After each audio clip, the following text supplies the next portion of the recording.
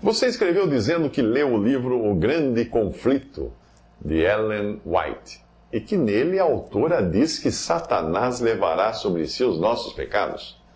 Bem, eu estou lendo o livro A Bíblia, e o seu autor diz que foi Jesus quem levou sobre o seu corpo os pecados de todos os que nele creem.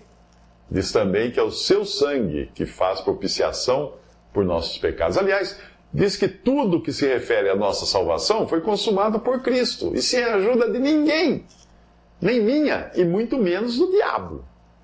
Dizer que Satanás teria qualquer coisa a ver com a obra da expiação, que é a retirada do pecado, é fazer dele coautor da nossa salvação junto com Jesus. O que apenas uma mente doentia e iludida por Satanás poderia conceber. Será que nós deveríamos então reservar parte das nossas ações de graças pela salvação para que fossem dirigidas ao diabo? Ou quem sabe cantar hinos de exaltação a Satanás como sendo coautor da nossa salvação? Loucura, absurdo, não é? Pois quando você for analisar qualquer doutrina, verifique se ela exalta única e exclusivamente a Deus ou se existe alguma margem de exaltação para o homem. O Adventismo já erra em dar ao homem, pela guarda do sábado e da lei, parte do crédito da sua salvação. Agora, ele chega a esse absurdo de dividir esse crédito da salvação com o diabo. Mas o que dizem as Escrituras?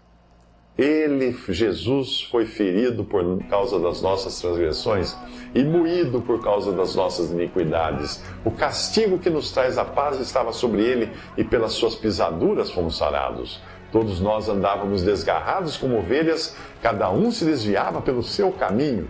Mas o Senhor fez cair sobre ele, Jesus, não o diabo, Jesus, a iniquidade de nós todos, levando ele mesmo em seu corpo os nossos pecados sobre o madeiro, para que, mortos para os pecados, pudéssemos viver para a justiça, e pelas suas feridas fosse sarados. Isaías 53, de 5 a 6, 1 Pedro 2, 24. Essa insanidade ensinada pela autora desse livro, que é hoje venerada como profetisa pela religião adventista, foi baseada no capítulo 16 de Levítico. Naquele capítulo aparecem 2 bodes, um para servir de expiação pelo pecado e outro como bode emissário. Um era morto, o outro era solto no deserto. Mas antes de soltá-lo, o sacerdote colocava suas mãos sobre a cabeça do bode, confessava os seus pecados e os do povo. Então o bode era solto para levar embora os pecados. Bom, os 2 bodes servem de figura de 2 aspectos da mesma obra de Cristo. Mas segundo essa autora, o bode emissário representaria Satanás. E é daí que ela parte para suas elucubrações, que tanto desonram a Deus e comprometem o entendimento da obra de Cristo. Os sacrifícios do Antigo Testamento prefiguravam o sacrifício de Cristo feito uma só vez para tirar os pecados. Jesus tanto morreu assumindo a nossa culpa, como também levou os nossos pecados para nunca mais serem trazidos de volta. Um outro tipo de sacrifício do Antigo Testamento, o sangue de um novilho morto, era levado para o interior do tabernáculo e ali espargido ou borrifado sobre a tampa da Arca da Aliança. O nome dessa tampa era propiciatório. O sangue era colocado diante de Deus como um lembrete para ele ser propício para com o pecador, porque alguém já tinha dado a vida em seu lugar. Agora eu sugiro que use de uma técnica bastante eficaz para criar espaço na sua estante. Pegue o livro O Grande Conflito, leve ao quintal da sua casa e queime, antes que mais gente seja contaminada por essa má doutrina. Sim, eu já tive esse mesmo livro, comprado quando eu era recém-convertido. Mas quando eu entendi melhor a obra de Cristo, eu transformei o livro em algo útil. Qual? Hoje as suas cinzas devem estar adubando uma terra de algum lugar. Eu já joguei fora muitos livros nos quais eu encontrei erros graves, principalmente aqueles que colocam em dúvida a pessoa de Cristo e sua obra, como esse livro. Mas isso estava previsto, não? Tá. Ora, o Espírito afirma expressamente que nos últimos tempos alguns apostatarão, desviarão-se da fé, por obedecerem a espíritos enganadores e a ensinos de demônios, pela hipocrisia dos que falam mentiras e que têm cauterizado a própria consciência, mas rejeita as fábulas profanas e de velhas caducas. Pois haverá tempo em que não suportarão a sã doutrina. Pelo contrário, cercar-se-ão de mestres segundo as suas próprias cobiças, como que sentindo coceira nos ouvidos, e se recusarão a dar ouvidos à verdade, entregando-se a fábulas. 1 Timóteo 4, 1 a 2, e também versículo 7, e 2 Timóteo 4, de 3 a 4.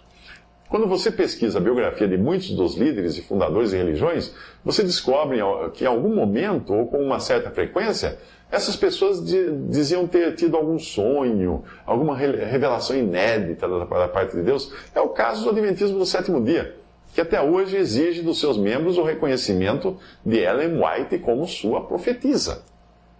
Portanto, se você quiser desmascarar algum falso profeta ou falsa profetisa, veja se há sonhos e revelações na sua biografia. Pedro deixa clara a legitimidade do ministério que ele e outros receberam, e ninguém mais. E ele explica o porquê desse ministério ser o único 100% confiável, quando ele escreve assim: porque não vos demos a conhecer o poder e a vinda de nosso Senhor Jesus Cristo, seguindo fábulas engenhosamente inventadas, mas nós mesmos fomos testemunhas oculares da sua majestade. Pois ele recebeu da parte de Deus Pai honra e glória, quando pela glória excelsa lhe foi enviada a seguinte voz: este é o meu Filho amado em quem me comprazo. Ora, esta voz vinda do céu, nós a ouvimos quando estávamos com ele no Monte Santo.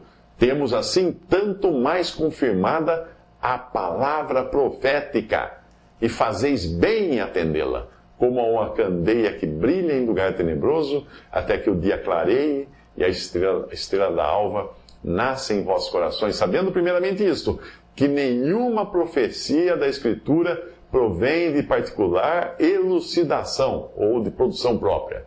Porque nunca, jamais, qualquer profecia foi dada por vontade humana. Entretanto, homens santos falaram da parte de Deus, movidos pelo Espírito Santo. 1 Pedro 1, 16 a 21. E por homens santos, ele está falando justamente dos apóstolos e profetas que deixaram o alicerce da igreja, sendo Cristo a pedra angular. Não está falando desses que enchem hoje os púlpitos e as redes de TV fazendo profetadas e dizendo-se profeta e colocando um apóstolo antes do nome ou um profeta antes do nome. Não. Não, isso é tudo desvio da verdade.